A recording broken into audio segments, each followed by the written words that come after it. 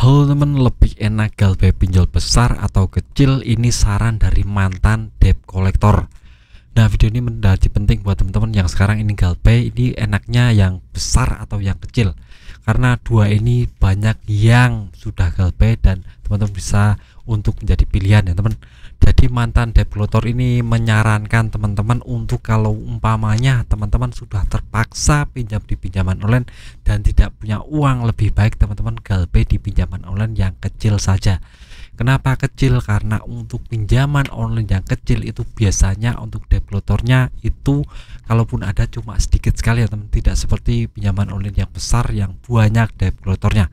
Nah, pinjaman online besar saya kategorikan seperti Akulaku, Kredivo, Easy Cash, Home Credit Indonesia, dan lain-lain.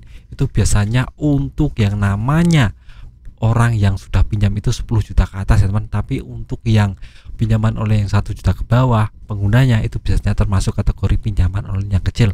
Jadi untuk debt collectornya lebih sedikit ya teman. Nah, kita kan bisa kalkulasi untuk 1 juta pengguna itu biasanya debt collectornya sangat amat sedikit atau bahkan tidak ada.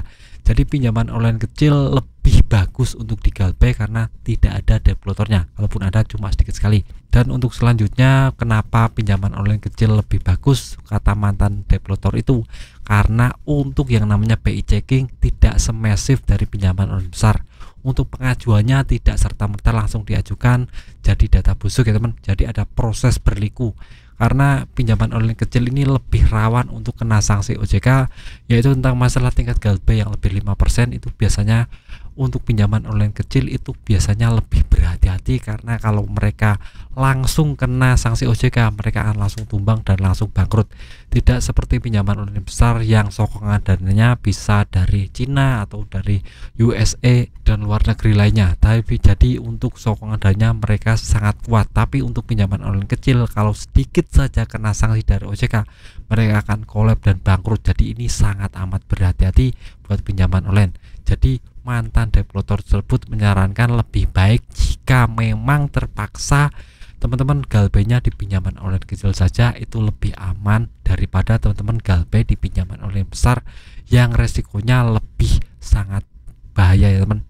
Jadi itu saran dari mantan DC. Semoga teman-teman bisa terinspirasi dan lebih pertimbangkan lagi. Kalau mau galbay ya sudah tahu resikonya seperti itu, sudah bisa menebak nanti ke depan akan ada debitor atau datang, akan kena BI checking dan hal-hal yang lainnya.